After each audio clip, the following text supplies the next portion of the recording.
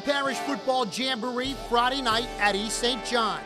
West St. John and Riverside in the opener, East St. John and St. Charles in the nightcap, with a special tribute to the fallen St. John Parish deputies in between games.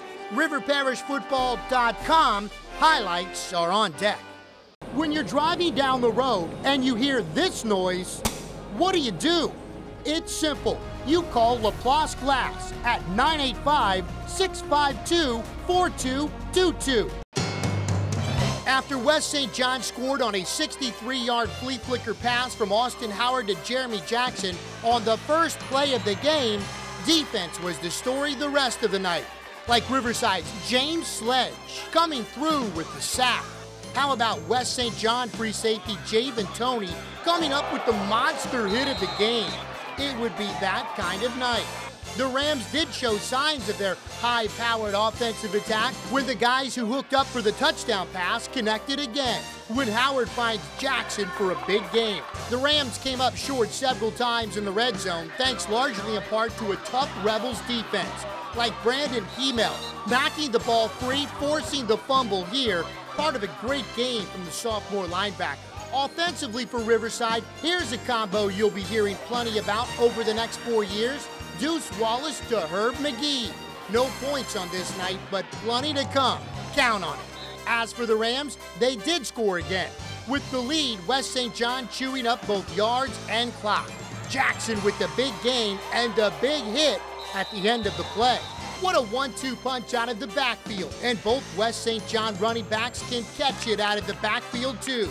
Howard avoids the rush and connects with Kylan Favorite, and West St. John in business again. This time they make it count. Jackson with the 4-yard touchdown run to give the Rams a 13-0 lead with 1 minute to play. Riverside in the hurry-up offense trying to put some points on the board, denied. When Raymond Drayton seals it with the interception, and the Rams avenge Jamboree losses of years gone by to Riverside with a 13-0 win.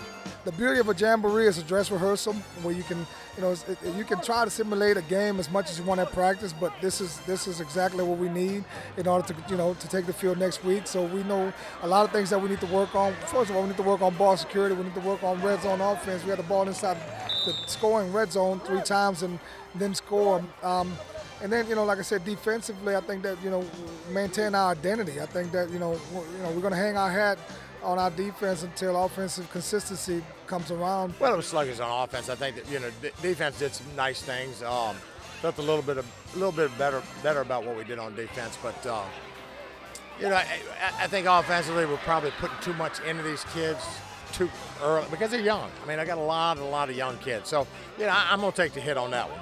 But we'll go back and we're going to tweak some things and we're going to do some things. And I think it'll be much improved next week. In between games, all 4 teams playing in the Jamboree came to midfield and joined as one. What ensued was a fitting tribute to fallen deputies Jeremy Triche and Brandon Nielsen. We want to especially honor those fallen officers and those who were injured in this recent tragedy. I want us all to give our law enforcement a round of applause. Let's thank them.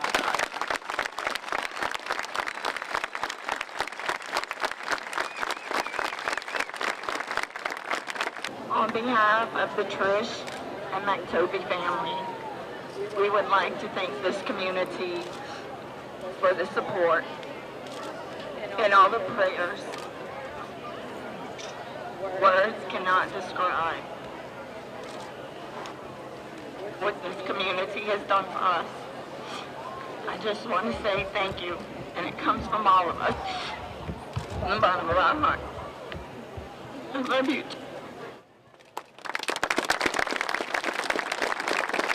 Evil can't stop us from winning. We're going to win. All of you young men and women here tonight, you're all winners. Release the balloons, but let me say this. One of you teams, thank you all for being here tonight and entertaining us and bringing us here for a special moment. But one of y'all come back with a state championship. Come to U.S. Sport. You never have before.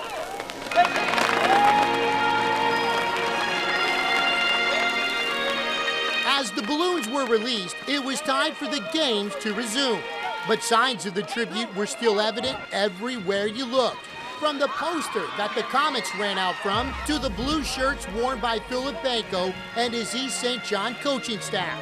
As for the game, more defense. St. Charles safety Connor Weston picking up right where he left off in the 3A state championship game, with a pass breakup here, and later the solo tackle on East St. John's speedy, elusive quarterback Leonard Davis. Wildcats flexing some muscle on defense too. Late first half, and look out, Darren Williams comes in unblocked for the sack. Then keep your eyes on number 35 for East St. John. That's Fred Williams. He doesn't get his man on the first attempt, but watch Williams hang with the play, more pursuit, and this time he does come up with the tackle. And that closed out a scoreless first half. Second half, it didn't take long to score at all, but again, it was thanks to defense. Amani Martin steps in front of the pass and forget about it. 45 yards later, he's into the end zone.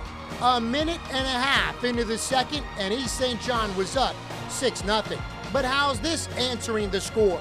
Jordan Favorite takes the ensuing kickoff, heads upfield behind his blockers, but then puts it into a different gear. Cutting near side, he's finally brought down after a 45-yard return, but not before giving a little life to his teammates.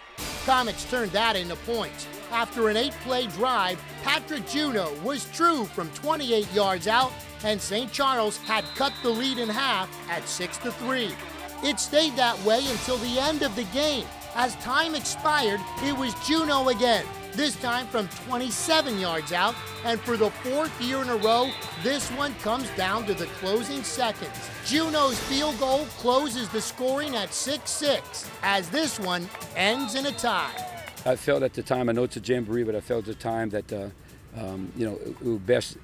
The way they fought, I didn't want them to walk away with a loss because they fought hard enough to win a game.